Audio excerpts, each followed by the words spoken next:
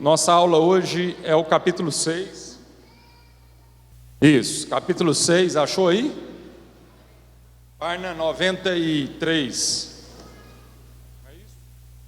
Então, fica com o seu livro-texto aberto, porque de vez em quando nós vamos ler algumas passagens do livro-texto, mas também abre o seu livro de exercício, porque nós vamos projetar aqui o que está aí você deve preencher.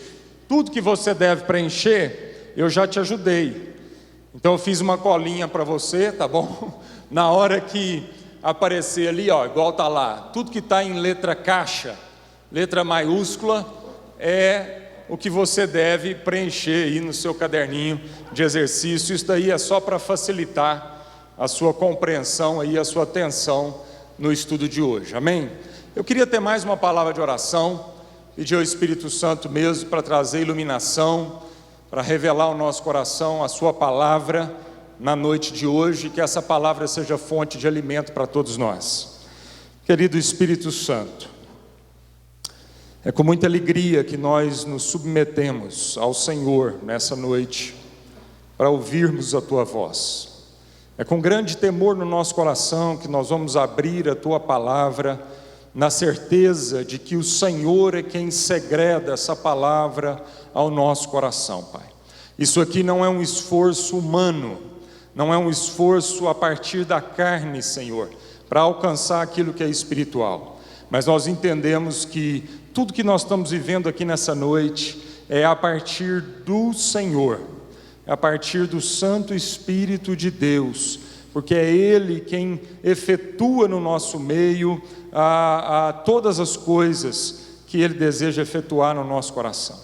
Então, Espírito Santo de Deus, ministra ao nosso coração, fala conosco de uma forma profunda, vem mesmo, Senhor, destruindo fortalezas, vem anulando sofismas, mentiras na nossa vida, Senhor, que a luz da Tua palavra, Senhor, o nosso entendimento seja iluminado, e tudo aquilo que foi plantado pelo inimigo na nossa consciência, no nosso pensamento, seja agora confrontado pela luz do Evangelho, pela luz da Tua palavra, Senhor, e caia por terra toda fortaleza, todo conhecimento, Senhor, toda oposição ao conhecimento de Cristo Jesus, caia por terra na nossa vida.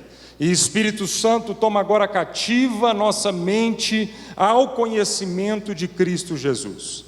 Amém. Aleluia. Bom, o nosso assunto hoje é autoridade ministerial. E é um assunto bem controverso, bem mesmo. É um assunto que a gente toda hora se esbarra com o abuso desse assunto, né? É uma das palavras que tem sido mais deturpada por esses abusadores espirituais, que são falsos pastores, são falsos mestres, o que não é algo do nosso dia. Desde a época do apóstolo Paulo, o apóstolo Paulo em várias das suas cartas já nos advertia ao perigo dos falsos mestres, ao perigo das doutrinas de Satanás, das doutrinas diabólicas, e desde aquela época ele já enfrentava isso, e são 2000 anos de igreja onde nós devemos sempre tomar cuidado com esses falsos, esses abusadores, né, da doutrina, esses falsos mestres. Então, amado, há muita confusão com relação a isso, com relação à autoridade, né, e um autoritarismo. Há muita confusão, e há muita confusão porque, na verdade, e eu creio nisso mesmo, a religião, a fé é o maior poder que existe no universo. Não tem nenhum outro poder que se compara ao poder da religião. Não há nenhum outro poder, nem mesmo o poder econômico, e nem mesmo o poder bélico chega perto do que é o poder religioso. Haja visto o que nós estamos vivendo nos dias de hoje no mundo. Haja visto o que nós estamos vivendo aí. Às vezes um jovem que se veste de uma jaqueta de bomba e explode todo mundo, inclusive a si mesmo. E esse jovem, quando saiu de casa, ele muito provavelmente ele foi abençoado pelo seu pai e pela sua mãe, porque o seu pai e sua mãe, em nome de uma religião, em nome de um Deus, crê piamente que esse jovem está indo lá cumprir um desígnio do Deus que ele serve. Fala para mim qual o outro poder que faz com que uma mãe e um pai vista uma jaqueta de bomba num filho e abençoe esse filho para fazer o que ele tem que fazer. Muito provavelmente um pai ou uma mãe em sã consciência não faria isso por dinheiro nenhum no mundo. E não faria isso até mesmo se uma arma tivesse apontado para a sua cabeça. Então nós estamos falando aqui do poder da religião, que é maior do que qualquer outro poder. O imperador Constantino, no começo do século IV depois de Cristo, entendeu isso e teve uma grande sacada. Ele falou assim: enquanto a gente continuar queimando os cristãos em praça pública e sendo devorados por feras, eles só multiplicam.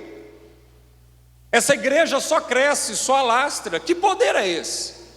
Que poder é esse que as feras não conseguem calá-los? Que poder é esse que a forca não consegue calá-los e a cruz não consegue calá-los? Então Constantino falou assim: vamos nos aliar a esse poder, porque esse sim é o poder. E dizem os historiadores que Constantino preferia muito mais estar nas frentes de batalha do que enfrentar o poder dos cristãos, da igreja cristã. E foi assim então que ele resolveu se aliar a esse poder. E foi assim que ele entendeu que ele deveria trazer esse poder para dentro do Império Romano e usufruir desse poder em todo o mundo. Então por isso que há muito abuso com relação à religião. Porque é de fato um poder enorme nas mãos de quem quer usar isso para o bem, mas também um poder enorme nas mãos de quem quer usar isso para o mal. Amados, eu conheço, agora eu não estou falando de que eu vi falar não, eu já vivenciei isso. Eu conheço empresários que ninguém consegue dobrá-los no quesito esperteza, no quesito negócio. É gente que parece que tem olho atrás da cabeça, de tão esperto que é, de tão inteligente que é.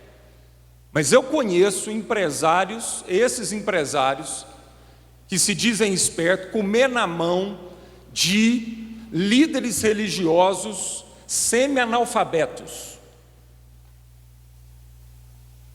Eu já vi juízes, doutores, letrados, gente que estudou a vida inteira, ser totalmente manipulado por líderes religiosos analfabetos.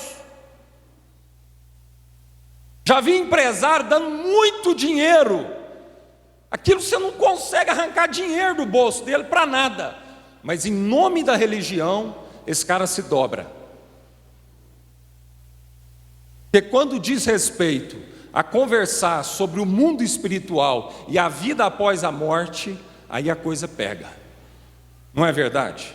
Então há muito abuso com relação à autoridade ministerial, porque são pessoas que começam a perceber o tamanho do poder que elas detêm na mão, e elas começam a usar isso muitas vezes para seu próprio umbigo, para satisfazer as suas necessidades, para satisfazer as suas carências, e isso que é o problema.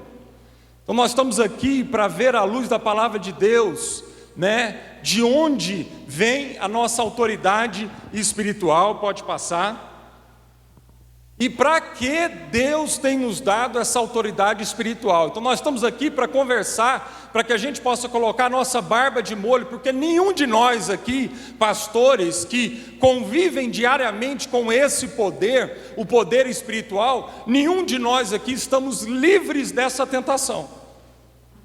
Ninguém aqui nesse auditório, inclusive eu, está livre da tentação de a gente se corromper diante de tanto poder, de manipular massas, de manipular pessoas e fazer isso já com a motivação totalmente equivocada, porque às vezes fazemos isso para a nossa própria satisfação. Então, de onde vem a nossa autoridade ministerial? E para que ela serve? Ninguém melhor do que o próprio Jesus para nos revelar e inspirar em tudo que diz respeito à autoridade ministerial. Então aí no seu livrinho aí, você não precisa abrir a Bíblia aí, Mateus capítulo 28, verso 18, a passagem está aí na página 94, Jesus aproximando-se, falou-lhes dizendo: toda autoridade me foi dada no céu e na terra. Então esse trecho da palavra de Deus aqui é o trecho que Jesus está comissionando-nos como seus discípulos e como igreja. Obrigado, Maurício. Comissionando-nos como seus discípulos e como igreja. E ele diz assim, olha, antes dele passar essa autoridade para nós, antes dele dar essa comissão para nós, ele diz assim: toda autoridade me foi dada nos céus e na terra. Então, amado, a nossa autoridade vem do Senhor Jesus. Se você for comigo aí, no verso, na página 95, nós vamos ler aí, a partir do segundo parágrafo da página 95. Ele mesmo não teve como usurpação dizer que sua autoridade provinha dele próprio ou de seus atos de justiça. Nem mesmo Jesus falou isso. Ele acabou de dizer aqui em Mateus 28 que toda a autoridade ele recebeu dos céus, ele recebeu do seu Pai. Mas disse que toda a autoridade havia sido dada por ele, para ele, pelo Pai. É preciso entender que toda a autoridade nos céus e na terra pertence a Cristo, pois essa autoridade foi dada a ele pelo Pai. Fora dele não há autoridade. Ele é a imagem do Deus invisível. Nele foram criadas todas as coisas, nos céus e sobre a terra, as visíveis, as invisíveis, sejam tronos, sejam soberanias, quer principados, quer potestades, tudo foi criado por meio dele e para ele. Ele é antes de todas as coisas. Nele tudo subsiste. Ele é a cabeça do corpo, da igreja. Ele é o princípio, o primogênito dentre os mortos, para em todas as coisas ter a primazia, porque aprouve a Deus que nele residisse toda a plenitude. Toda a nossa autoridade ministerial vem do fato de que estamos em Cristo, andamos nele, agimos como ele em cada situação, ou seja, amamos como ele ama. Portanto, a base, o princípio de toda autoridade ministerial está em Cristo, portanto, está no amor. É daí que vem a nossa autoridade ministerial. A palavra de Deus diz que Deus o Pai deu para Jesus Cristo toda a autoridade embaixo do céu, na terra, e Ele está acima de todo principado e potestade. Nele, todas as coisas que existem foram criadas nele, por Ele, para Ele e através dele. Então, amado, a origem da nossa autoridade ministerial, a origem da nossa autoridade espiritual vem do fato de que nós estamos em Cristo, porque toda a autoridade foi dada por Deus para Ele. Ele tem autoridade. Portanto, se nós não estivermos em Cristo, não há autoridade ministerial fora de Cristo, e não há nenhuma autoridade espiritual fora de Cristo, porque toda autoridade foi dada pelo Pai para Ele. Amém? João, pode passar o slide aí. Nós vamos ler então João. Agora você tem aí também esse trecho aí no seu livro para a gente ganhar tempo. João capítulo 10, nós vamos ler de 11 a 18 aí. Está aí na página 94 do seu livro. Presta atenção no que o próprio Jesus diz a respeito de si mesmo e a respeito da sua autoridade ministerial. Eu sou o bom pastor, e o bom pastor dá a sua vida pelas ovelhas. O assalariado não é pastor a quem as ovelhas pertencem.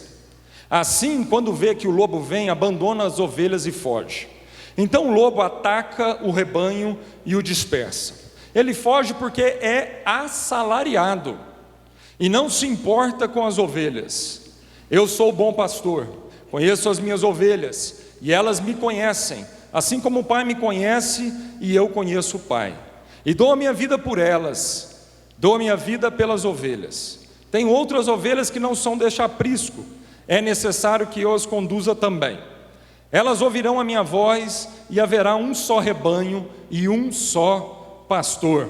Por isso é que meu Pai me ama, porque eu dou a minha vida para retomá-la.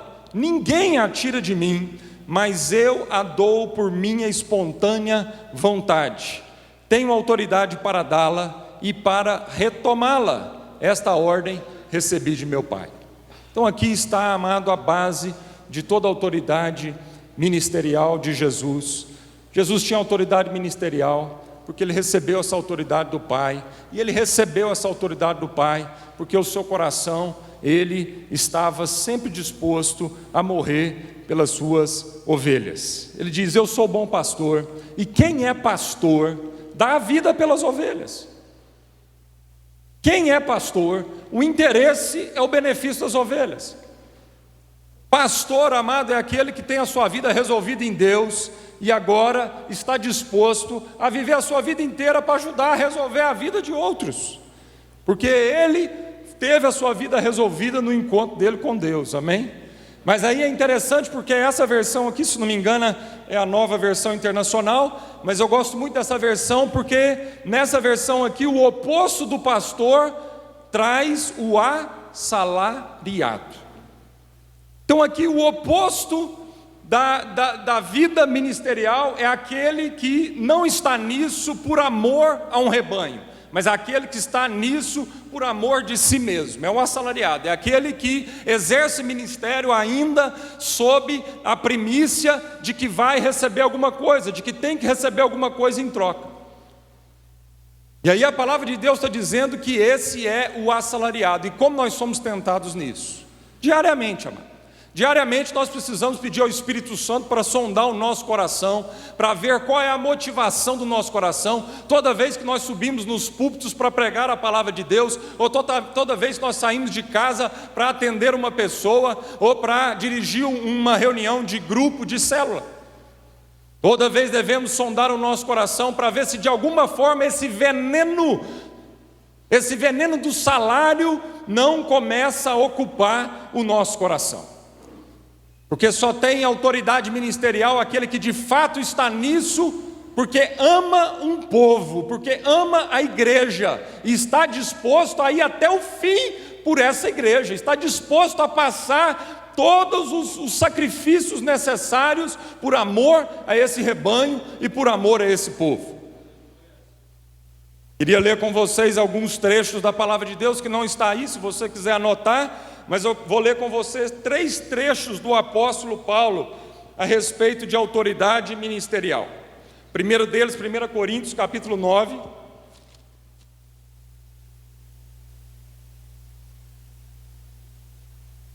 Coríntios capítulo 9.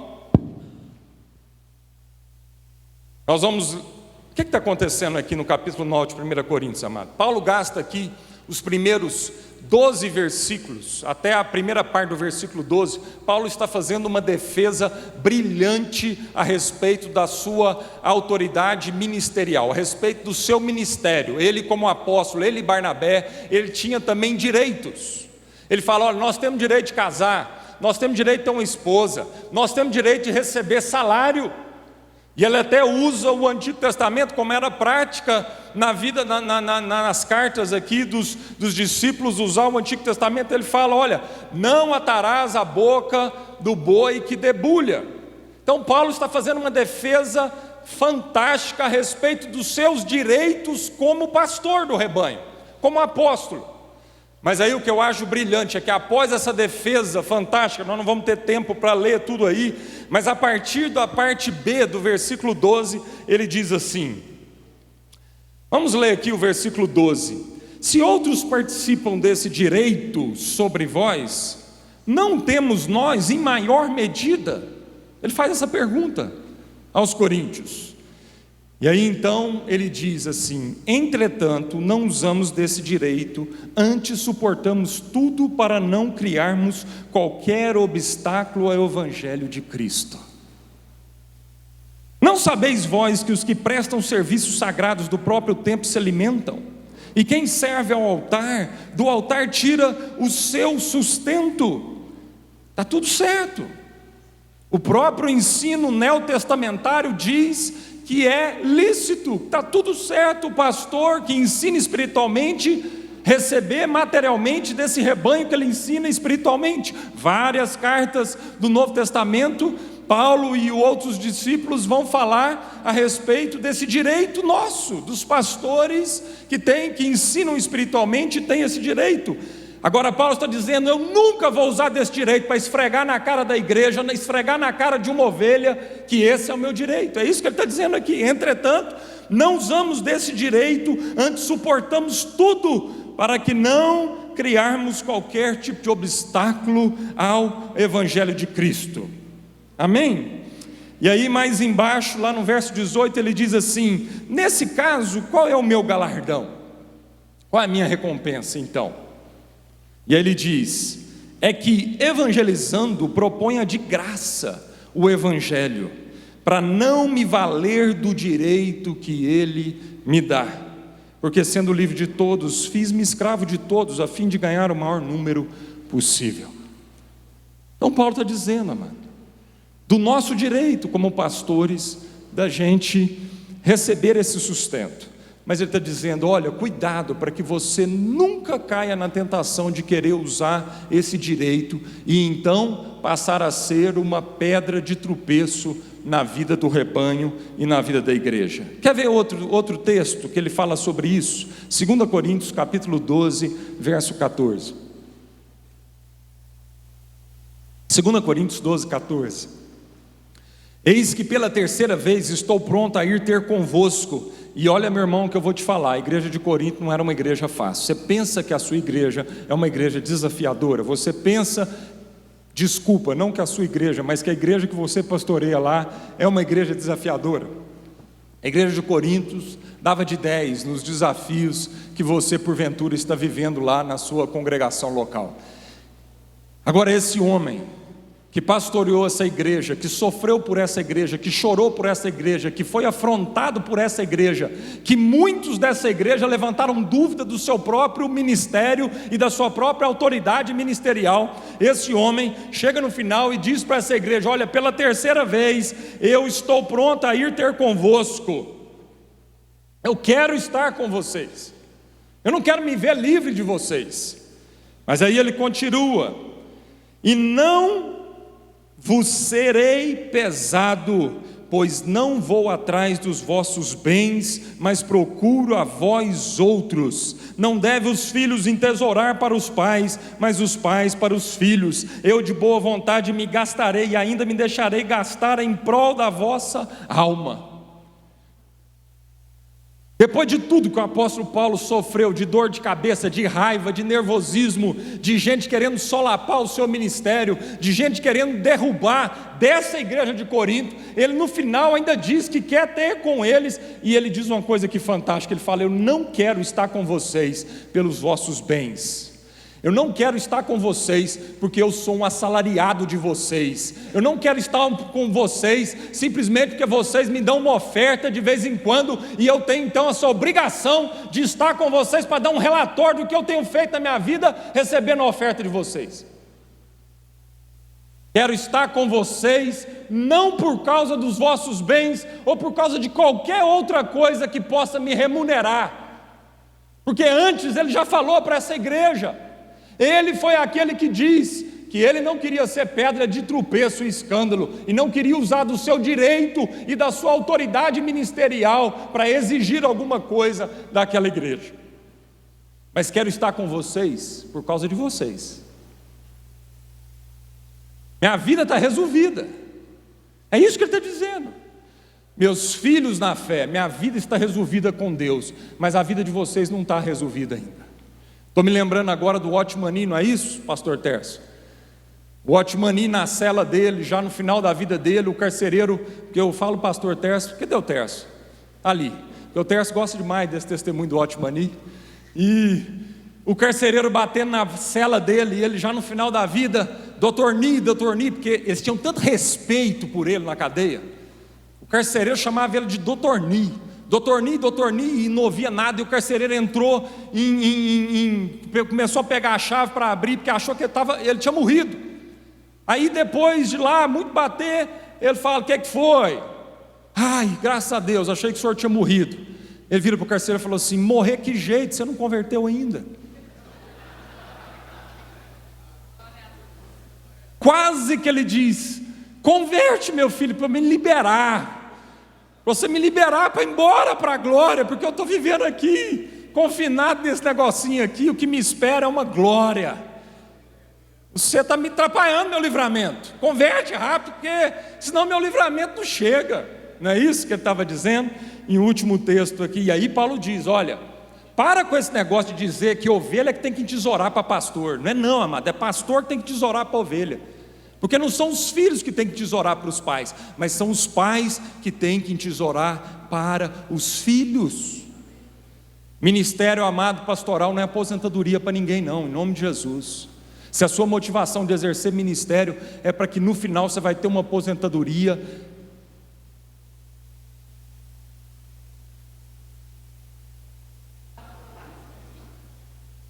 aliás, saiu uma reportagem agora, uma estatística que diz lá, eu li isso em algum lugar aí, hoje a gente nem sabe de onde a gente lê essas coisas, porque é tanta informação, mas eu li isso lá, a média salarial nos últimos 20 ou 30 anos das profissões no Brasil, e o pastor está lá embaixo, é uma das últimas.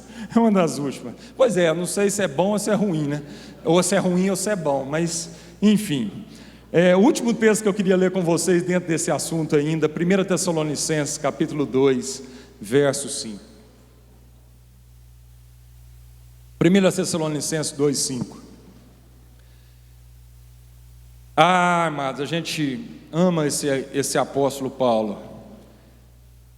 Olha aqui o que ele diz: a verdade é que nunca usamos de linguagem de bajulação, como sabeis, nem de intuito gananciosos.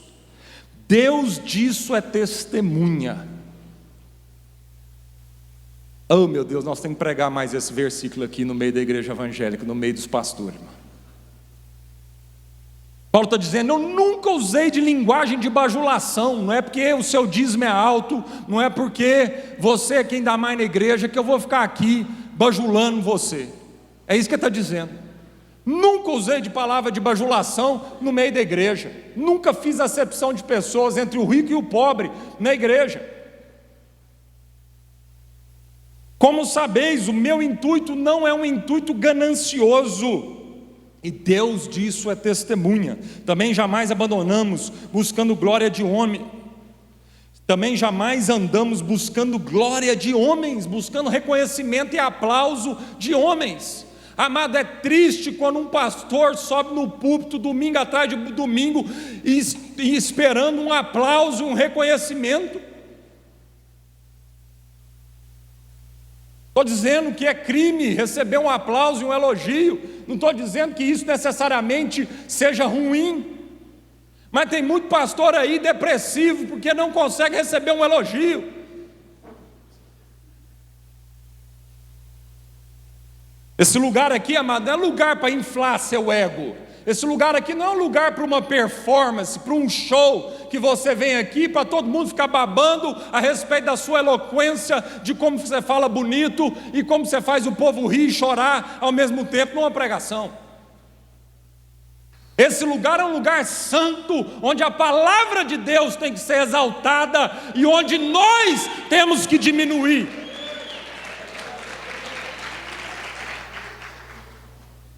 É o nome de Jesus que tem que receber esse elogio, esse aplauso, amado. E nós cada vez mais temos que sair de cena para que o nome de Cristo e a palavra de Deus seja glorificada e exaltada. Em nome de Jesus. Embora, verso 7, pudéssemos como enviados de Cristo exigir de vós a nossa manutenção, Todavia nos tornamos carinhosos entre vós, qual ama que acaricia os próprios filhos. Assim, querendo-vos muito, estávamos prontos a oferecer-vos não somente o Evangelho de Deus, mas igualmente a própria vida. Por isso que vos tornastes muito amados de nós. Porque vos recordais, irmãos, do nosso labor e fadiga, e de como noite e dia labutando, para não vivermos à custa de nenhum de vós, vos proclamamos o Evangelho de Deus. Ministério não é emprego. Ministério não é lugar de estabilidade.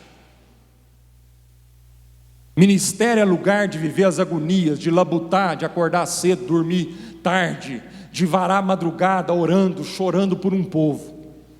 E não tem nenhum pecado, amado, em receber sustento da igreja. Não é isso o meu ponto aqui, porque Paulo muitas vezes recebeu esse sustento da igreja, mas jamais se colocou numa posição de vítima ou de empregado, cobrando da igreja alguma coisa. Jamais. Ministério é lugar de gente resolvida, que não usa dessa plataforma e não usa dos cultos e das suas congregações e das visitas, porque é um poço de carência e deseja então a bajulação, deseja o aplauso, deseja o reconhecimento. Não. Nós não podemos colocar essa carga, esse jugo em cima do rebanho. Temos que resolver as nossas agonias em Cristo, uns com os outros, mas nunca usar do ministério pastoral, que é um ministério bendito, santo, glorioso, para a gente então colocar esse jugo, essa canga, gente mal resolvida, que fica colocando jugo na vida da congregação, em nome de Jesus. Lemos 3 passagens aqui do apóstolo Paulo, onde ele deixa isso de uma forma clara. Vamos adiante, pode passar. Da mesma forma então que Jesus apresenta a sua autoridade ministerial aqui em João capítulo 10, também em Lucas capítulo 15, ele diz que um homem possuía 100 ovelhas e perdeu uma, então deixou as 99 para resgatar uma ovelha perdida. Isso nos mostra claramente que o pastor não trata o rebanho como uma massa sem identidade, sem nome, sem peculiaridades. Para o líder, cada pessoa possui um valor intrínseco, tão importante ou mais que o valor do grupo. A igreja que pastoreamos não pode ser vista como uma massa de auditório, mas sim como indivíduos com sua própria personalidade, seus próprios dilemas, seus desafios relacionais. Toda a autoridade ministerial foi nos dada para o propósito de servir pessoas, João, Maria, Ricardo, Catiusca, Fernando, pessoas. Eu estou cansado de perguntar para pastores como é que foi o culto nesse domingo, e os pastores dizem assim: o culto foi maravilhoso, a igreja estava lotada. Eu estou cansado de ouvir isso.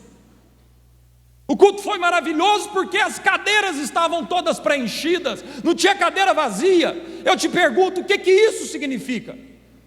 Necessariamente.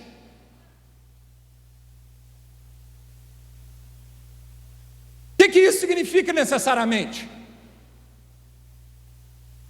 Isso é um cacuete, isso é um jargão no meio de pastores.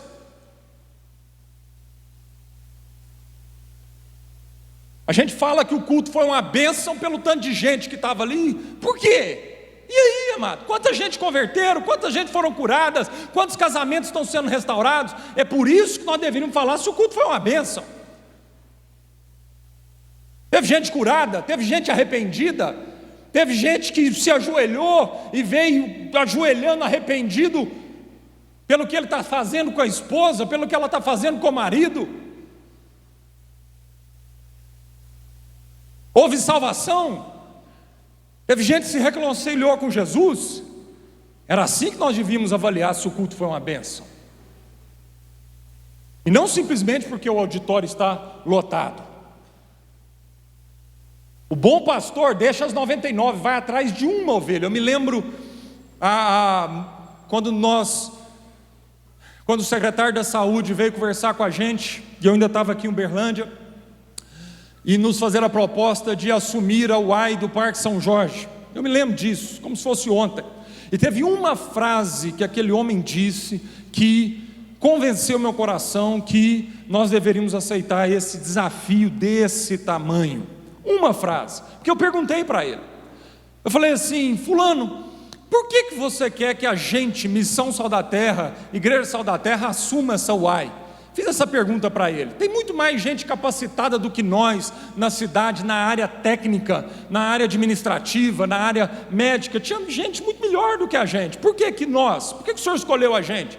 Mas ele falou uma frase para mim, e aquilo eu entendi que era a voz de Deus no meu coração. Eu tive paz para que a gente pudesse então aceitar aquele desafio. Ele diz assim: porque para nós da prefeitura, aquelas pessoas são um número de prontuário, e eu sei que para vocês aquelas pessoas são pessoas. Foi essa frase que explodiu no meu coração e eu entendi. Está aí, isso é um bom motivo para a gente aceitar qualquer desafio. Mas não porque a gente quer ser grande, não porque a gente quer ser reconhecido, não porque a gente quer ter 1.300 funcionários na Missão Sal da Terra. Não é nada disso não. É porque de fato nós podemos considerar a Dona Maria, o seu Zé, o seu João, o Rodrigo que chega lá com a vida desgraçada, sofrendo, precisando ser tratado dignamente, e nós podemos fazer isso, porque faz parte da missão que Deus nos deu. Mas não é por causa do volume, para encher a boca e dizer que nós atendemos tanto, o orçamento é tantos milhões, nós temos tantos colaboradores. Não, amado. Só vai fazer sentido, e nós só vamos ter autoridade espiritual nessa cidade e aonde for que Deus nos levar, se nós nunca perdermos de vista o seu João e a Dona Maria. CPF, que tem uma família, que tem uma história, que precisa de gente visitar a casa dela, que precisa de gente se envolver pessoalmente com ela, e é daí que vem a nossa autoridade ministerial.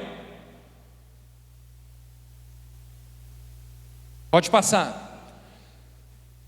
Autoridade sobre ou autoridade a favor. Jesus sabia que o Pai havia colocado todas as coisas, João 13, debaixo do seu poder, e que viera de Deus e estava voltando para Deus.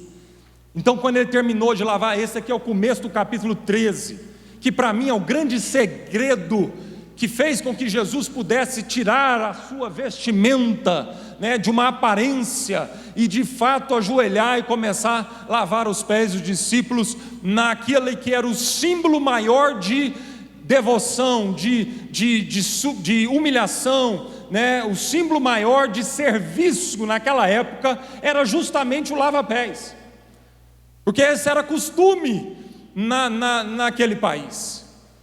O criado, o servo da casa fazia esse tipo de trabalho. Então Jesus foi exatamente usar essa figura de uma forma pedagógica para ensinar aqueles discípulos que toda a autoridade que ele tinha recebido do Pai era para que ele pudesse servir a vida deles e a vida da humanidade, porque o Filho do Homem não veio para ser servido, mas o Filho do Homem veio para servir. A autoridade ministerial não é para você ser servido, a autoridade ministerial é para você finalmente ter a coragem e a humildade de tirar as roupas e as máscaras e os títulos e as credenciais e se ajoelhar diante de uma sociedade e passar a servir essa sociedade, não apenas quando o holofote está em cima de você, de cima de uma plataforma, porque, meu irmão, lavar pé de cima dessa plataforma aqui canja. Mas na hora de traduzir isso no dia a dia, onde os holofotes e as luzes não estão sobre você, é nesse momento, é ali que a gente sabe quem tem autoridade ministerial e quem não tem autoridade ministerial.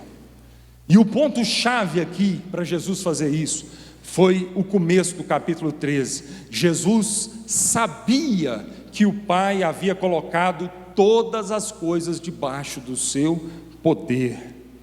Ele sabia que ele vinha de Deus, e ele sabia que ele estava voltando para Deus. Irmãos, ninguém vai conseguir servir de todo o coração e se despir de si mesmo, se não tiver plenamente essa certeza na sua vida. A certeza de onde nós viemos e para onde nós vamos.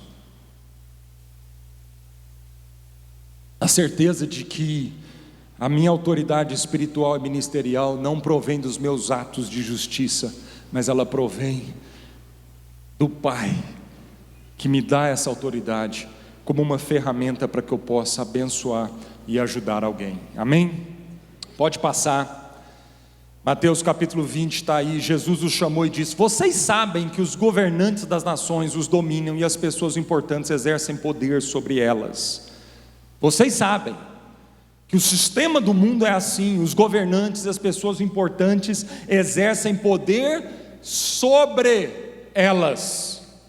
Não será assim entre vocês, pelo contrário, quem quiser tornar-se importante entre vocês, deverá ser servo, e quem quiser ser o primeiro, deverá ser escravo, como o filho do homem que não veio para ser servido, mas para servir e dar a sua vida em resgate por muitos. A autoridade ministerial foi dada por Deus em Cristo Jesus. Só tem aquele que está em Cristo Jesus, e essa autoridade deve ser exercida sempre a favor e nunca sobre. Pode passar.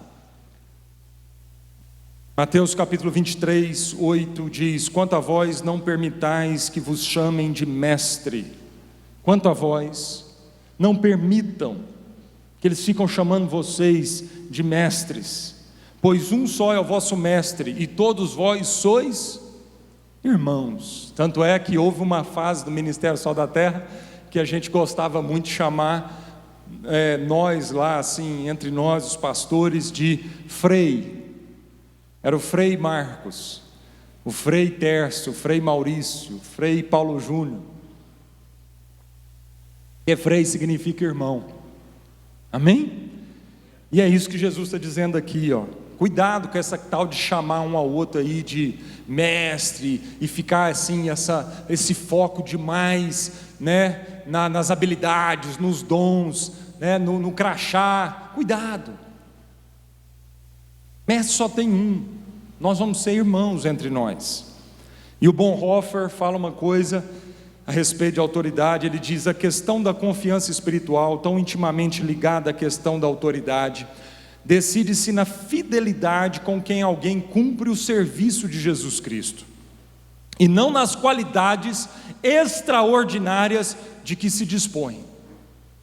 A autoridade ministerial não é revelada nas qualidades extraordinárias que nós alcançamos na vida, mas sim na disposição do cumprimento do serviço do nosso Senhor Jesus Cristo. A autoridade ministerial só encontrará aquele servo de Jesus que não busca autoridade própria, mas que, sujeito à autoridade da palavra, é um irmão entre irmãos. Pode passar.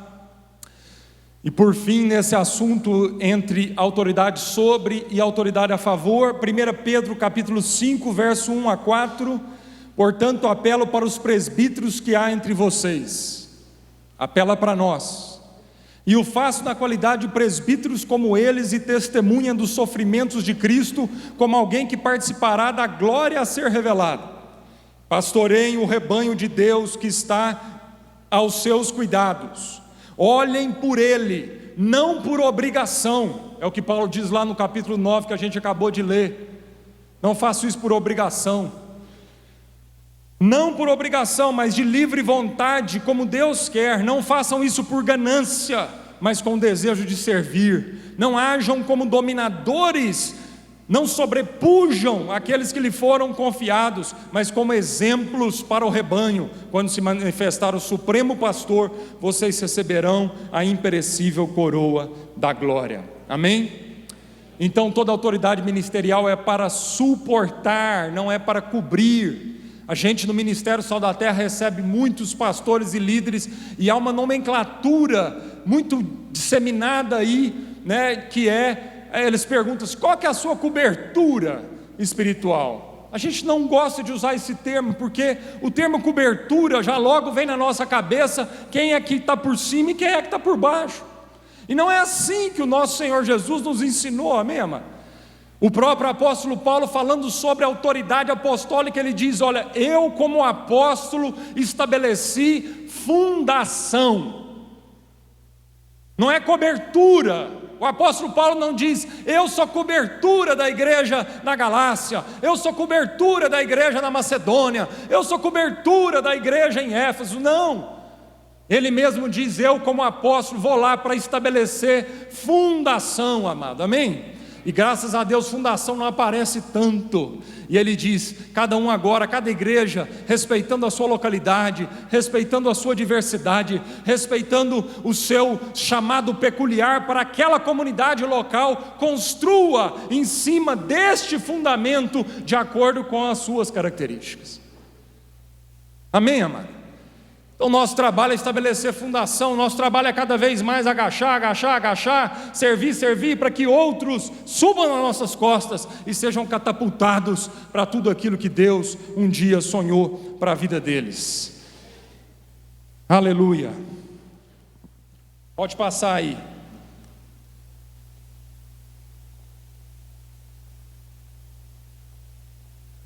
Página 98. Nós vamos ler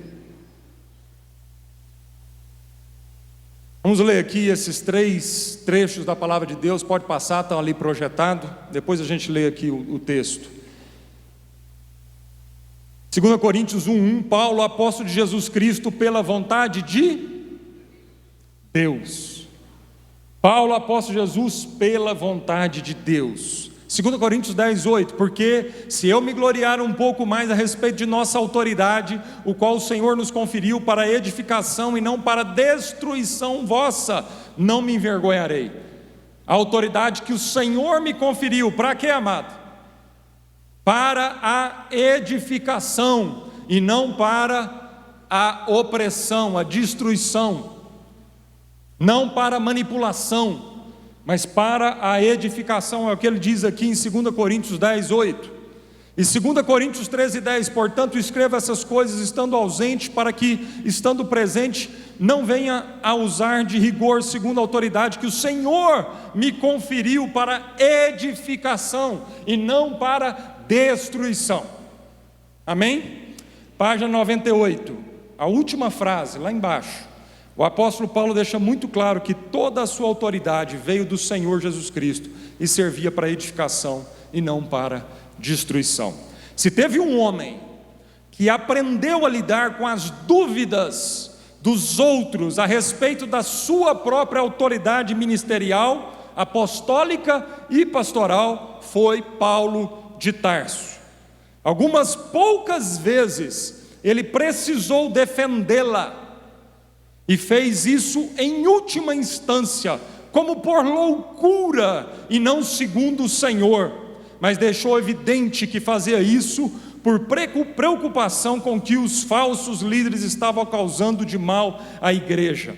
Vamos ler aqui esses 3 versículos. Abra sua Bíblia lá em 2 Coríntios capítulo 11, 2 Coríntios capítulo 11, nós vamos ler aqui esses versículos. Amados, para o apóstolo Paulo chegar a falar nisso aqui, custou muito, mas ele falou. E quando ele falou, ele teve a preocupação de falar assim: falo agora como louco, não como o Senhor. De tanto temor que o apóstolo Paulo tinha de trazer para si, de reivindicar para si a autoridade ministerial. Mas nesse caso, ele precisou fazer isso, porque estava em jogo a saúde espiritual daquela igreja, da igreja em Coríntios, pelo tanto de falsos mestres que estavam aqui.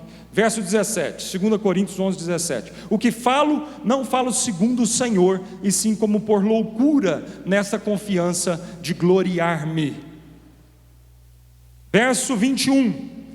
Ingloriamente o confesso como se fôramos fracos, mas naquilo em que qualquer tem ousadia, também eu a tenho, e com insensatez eu afirmo.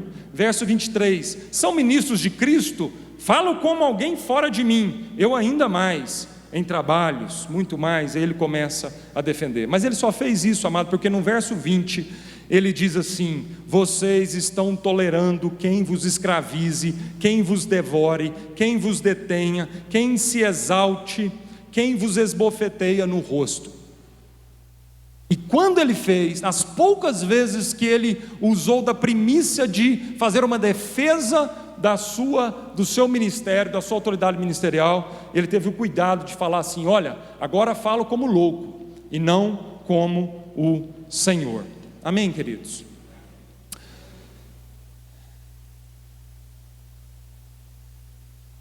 Relacionamentos.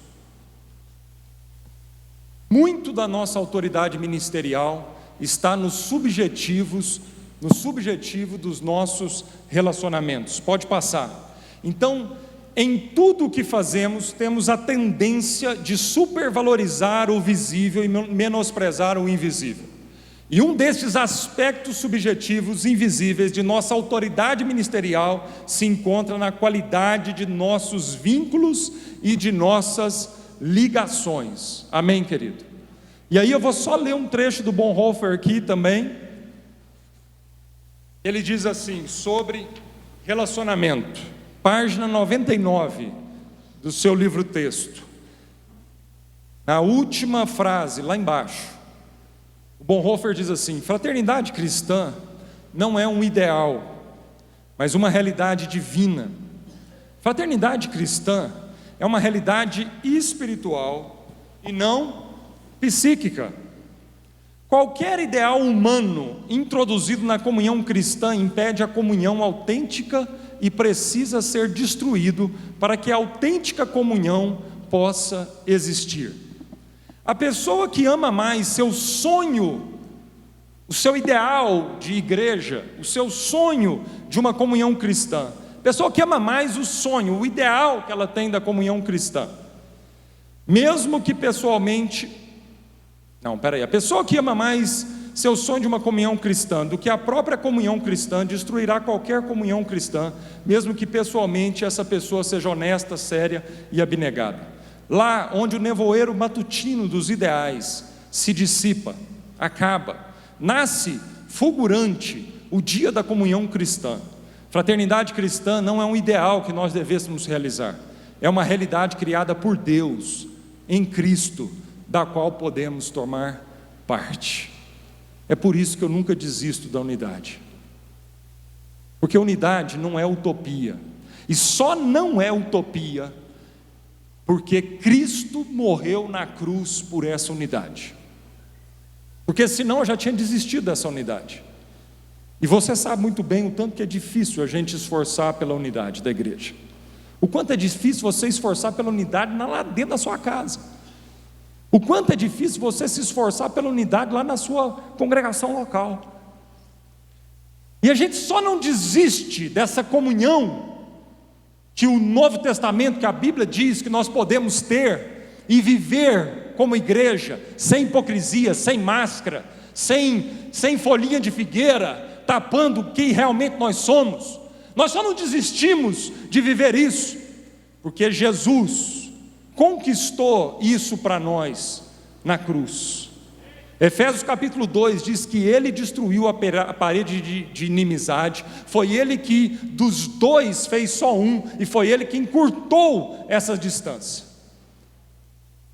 Então nós vamos morrer crendo nisso, e nós vamos morrer pregando sobre comunhão, e nós vamos dar a vida no esforço por preservar essa unidade no meio de nós e no meio da igreja do Senhor Jesus, porque isso não é uma utopia. Não desista da comunhão na sua igreja local, não desista da comunhão no seu casamento, não desista da comunhão na sua família, porque Jesus de fato quebrou essa parede intransponível à carne humana, mas Ele quebrou essa barreira. Não desista do seu irmão de ministério, não desista daquele presbítero que está te dando um trabalho daqui, não desista daquele líder que você depositou todas as suas confianças e no momento que você precisou dele, ele traiu você.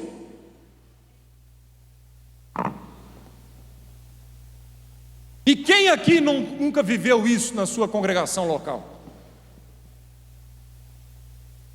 Quem aqui nunca traiu e nem nunca foi traído?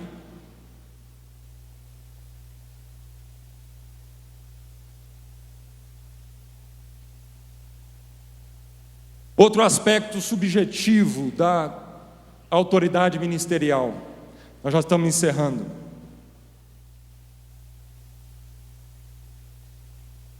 Pode preencher, pode passar? Vou dar 2 minutinhos para vocês preencherem ali, ó. Produzida e preservar. Tá bom? E para a gente terminar, eu gostaria de falar um pouquinho sobre conselho. Nós vamos passar aqui 10 minutinhos, tá bom, irmãos? Do horário, tá? Eu estou tentando correr aqui, mas é porque a gente vai... Pode passar o slide. Outro aspecto muito importante para a gente conversar aqui nessa noite, entre nós, estamos em casa. Vamos falar agora de um assunto aqui que está difícil. E talvez seja nesse momento a maior contribuição que o Ministério Sal da Terra pode dar e oferecer para a igreja cristã no Brasil. E sem nenhuma presunção, assim, Deus conhece o nosso coração e sabe o tanto que nós estamos lutando para tentar viver a coerência de um governo em conselho.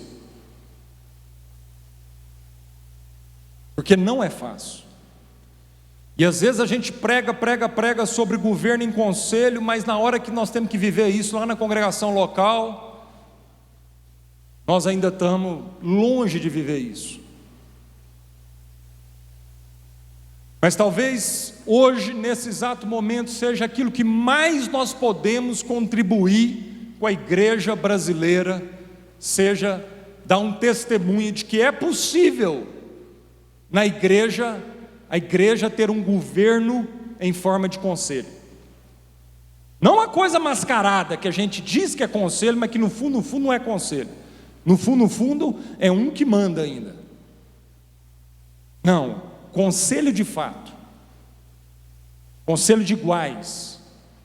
E eu queria falar alguns princípios a respeito de conselho aqui, e a gente vai terminar com isso.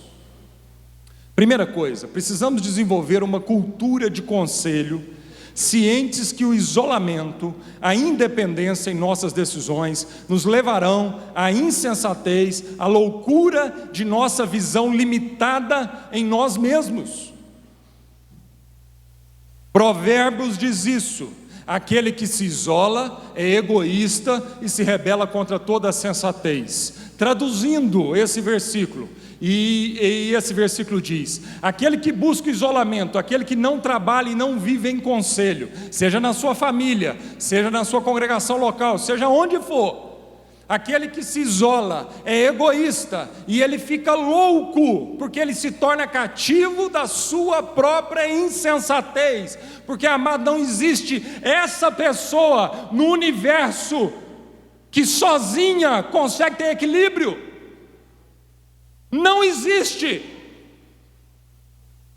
Conhecemos muitos homens de Deus, e o princípio da queda desses homens foi que buscaram o isolamento. Deus foi dando, o ministério foi crescendo, a estrutura foi crescendo, começaram a se achar mais espiritual do que todo mundo, e chegaram ao momento onde ninguém era suficientemente espiritual capaz de dar conselho à vida dele.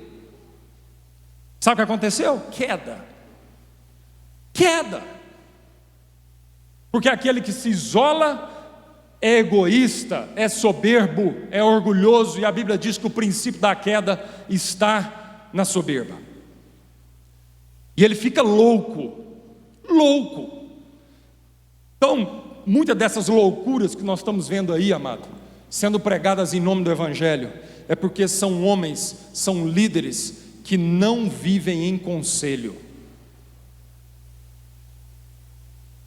Isso é um perigo para a saúde sua como pastor, como pastora, e para a saúde do rebanho. É um perigo. Um conselho não é uma diretoria. Amado, conselho não é uma metodologia, não é uma estratégia de organização. O conselho é algo espiritual, nós precisamos discernir isso. Por que o conselho não é uma diretoria, amado? Porque numa diretoria, você tem a média da opinião dos diretores. Tanto é que uma diretoria funciona por votação. Ou seja, por que é por votação? É porque é para que seja a média das opiniões dos diretores. Mas um conselho não é isso. Porque o conselho não é para ser a média das opiniões dos conselheiros. Um conselho, amado, é para que seja um ambiente de honra, de respeito, de submissão mútua, de humilhação, porque viver em conselho é uma vida de humilhação, é um exercício de humilhação, é um exercício onde eu tenho que submeter ao outro. Vida de conselho é quando esses homens, ou essas mulheres, no caso da família, de um departamento, é quando essas pessoas se reúnem em torno de Cristo, se honram, se respeitam, têm amizade, investem em relacionamento, conhecem o coração um do outro. Aí, nesse lugar, é onde a voz de Deus é ouvida. Então, conselho nunca foi para fazer a média das opiniões dos conselheiros. Conselho sempre foi para criar um ambiente onde Deus fala, e a gente se cala e ouve Deus falando. Conselho é algo espiritual. Nós nunca vamos conseguir viver uma vida de conselho achando que isso é uma estratégia ou simplesmente uma metodologia, uma visão de organização da igreja. Não é. Conselho é porque a Bíblia diz lá no Salmo 133 que quando os irmãos vivem de fato em união, esse é o lugar que Deus ordena a sua bênção e a vida para sempre. Então, às vezes, o conselho tem que estar junto, amado, para chorar, para confessar os seus pecados, não para se vangloriar, mas para cada vez mais se submeter, porque é aí que as coisas vão se destravando na vida da igreja. A gente não entende muitas vezes, porque está tudo travado na vida da congregação, amado. Está tudo travado na vida da congregação, porque nós estamos ferindo princípios espirituais. E um dos grandes princípios espirituais de saúde na vida da igreja local é que essa igreja tem que ser conduzida por um conselho. Um conselho de homens que investem a sua vida, a sua relação, investem a amizade. Então não adianta, nunca vai ser conselho se você não investir na relação entre os conselheiros. Nunca vai ser. Nunca vai ser conselho se os conselheiros não frequentarem a intimidade das casas uma das outras. Nunca vai ser conselho se as esposas não forem inseridas, não nas decisões do conselho, mas inseridas nessa relação. Nunca vai ser uma diretoria, vai ser qualquer outra coisa, mas isso não vai ser conselho, porque conselho é algo espiritual, e Deus só vai falar no meio desse conselho se houver unidade. Por isso não é a maioria, não é a votação, é unanimidade, é unidade, e aonde há unidade, Deus fala. A gente discerne a voz de Deus nesse ambiente. E aí não é a minha opinião, não é a opinião do Lorival, não é a opinião do Rodrigo, de quem quer que seja. Nós não estamos lá, olha, amados. Quem governa a igreja é o Espírito Santo de Deus. Ele é o dono da igreja, Ele é o pastor da igreja, é o Senhor Jesus que é pastor da igreja. Em nome de Jesus, você desce desse lugar, se você ousou se colocar nesse lugar. Desce desse lugar. Porque quem governa a igreja é o Espírito Santo, e Ele instituiu o princípio do conselho. Então nós estamos lá, não é para que a minha ideia prevaleça. Estou bicudo, porque nunca a minha ideia prevalece no conselho. Irmãos, eu já atendi tanto a ideia de vocês, será que pelo menos uma vez vocês não podem atender minha ideia? Não, amado. Olha, essa reunião de conselho for para atender, agora é a sua ideia que vai ser atendida. Não, amanhã, agora é a sua ideia. Isso é politicagem no meio da igreja, irmão. Pelo amor de Deus, nós não estamos ali para que a minha ideia prevaleça. Não, nós estamos ali Porque num derramar do coração dos conselheiros, na submissão mútua, na aplicação do dom de cada um, nós vamos junto discernindo a voz de Deus em nosso meio. E Deus fala nesse ambiente. Pode passar. Então, no conselho, as relações interpessoais são tão importantes ou mais do que os resultados alcançados. Já falamos sobre isso. O conselho pode ser diverso nas posições, mas unânime na disposição, no amor, na honra, unânime. Lembrando-se de que o único limite para a liberdade é o respeito gerado por um amor sincero. O único limite da liberdade, amado, é que a liberdade tem que necessariamente contemplar o outro. Paulo, escrevendo disso, ele fala isso em Coríntios, no capítulo 8, de uma forma brilhante. O pecado não é se você come ou deixa de comer, não é se você bebe ou deixa de beber, não é se você veste ou deixa de vestir. O pecado é quando comendo, bebendo ou vestindo, ou não comendo e não vestindo, eu primeiro considero a vida do meu irmão e não a mim em primeiro lugar. Essa é a origem do pecado. Então, conselho, amado, deve haver essa diversidade. Aliás, se você está tentando montar um conselho na sua congregação só de iguais a você, não faça isso, pelo amor de Deus. Não faça isso. Busque pessoas de características diferentes, um só coração, mas busque uma diversidade. O conselho deve ser caracterizado pela regularidade de sua agenda relacional e administrativa, sempre num ambiente de profunda fundamentação bíblica e oração, esforçando-se pela preservação de um espírito cordial e honrado. E o que está em pauta é a busca por conhecer a vontade de Deus e obedecê-lo independentemente das predisposições dos conselheiros. Grana.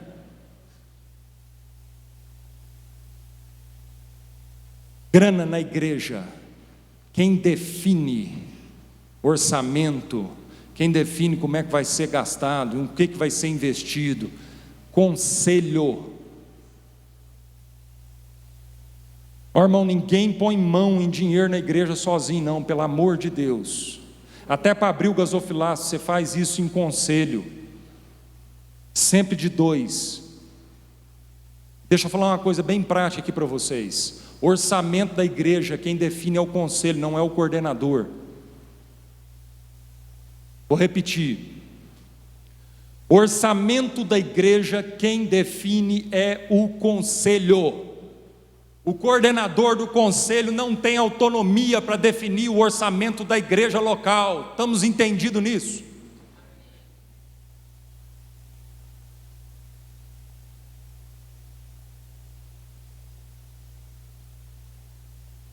Ah, pastor, lá funciona como conselho em quase tudo. Só um detalhezinho. Só na questão do dinheiro é que não funciona muito bem em conselho. Então não funciona como conselho, amado.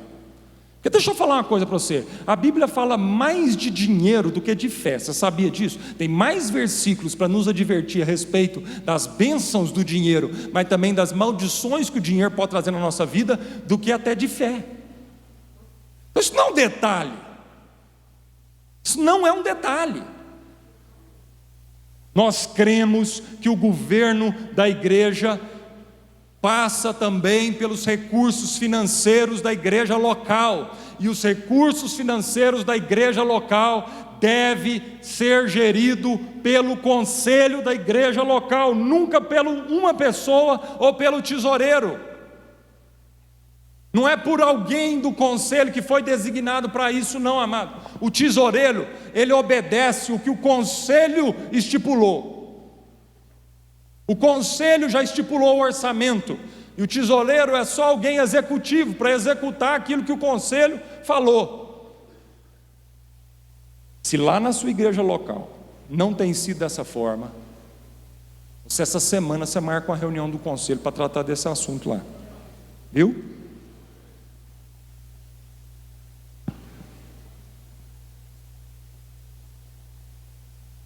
Pode passar. E um terceiro aspecto, aí nós já vamos concluir. é a diversidade. Então, aspectos subjetivos da nossa autoridade ministerial: relacionamento interpessoal, vida de conselho e respeito pela diversidade. Uma das grandes riquezas da igreja está em sua diversidade.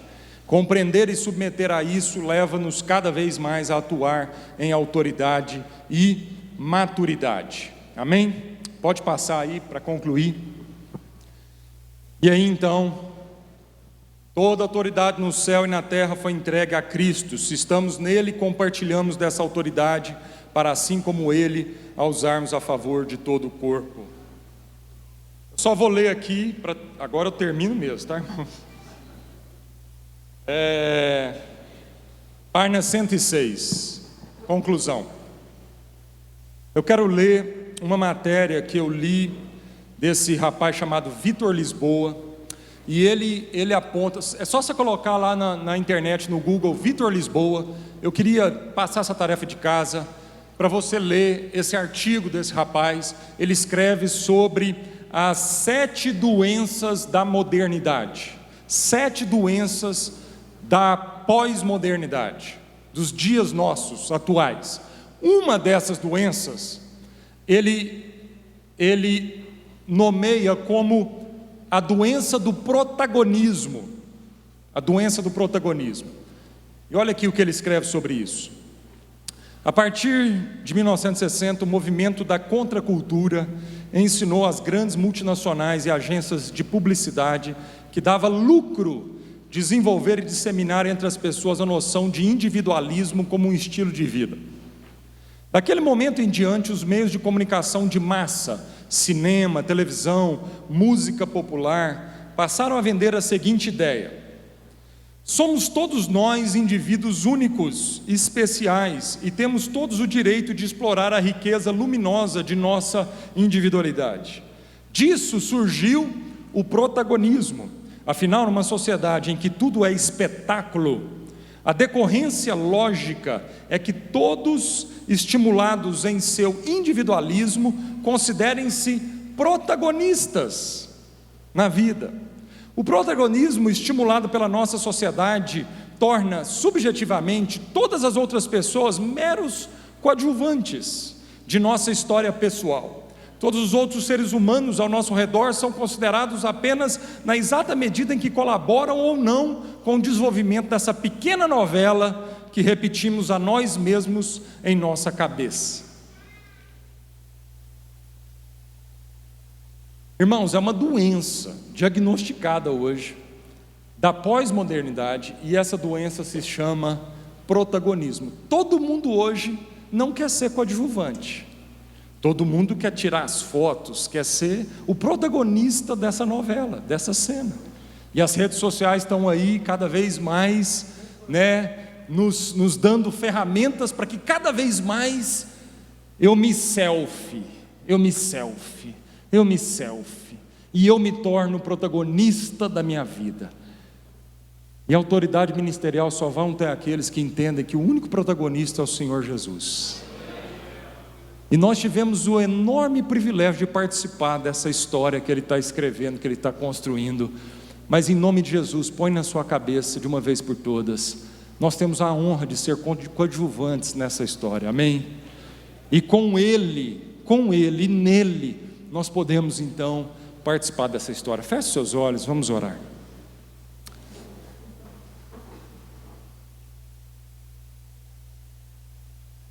Senhor Jesus, nós queremos aqui nessa noite confessar toda a nossa dificuldade com relação a esse tema, autoridade ministerial, Senhor.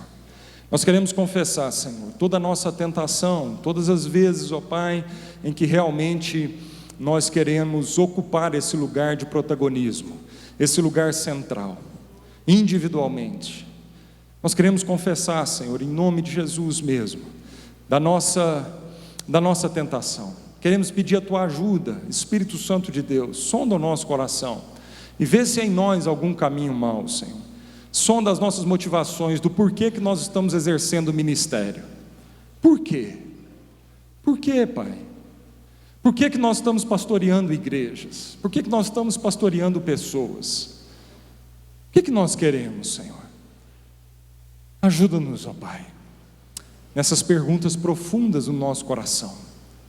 E ajuda a gente a tirar qualquer resquício, Senhor, no nosso coração, de autopromoção, Senhor, de querermos usar das ferramentas e de toda a autoridade que o Senhor nos concedeu em favor próprio,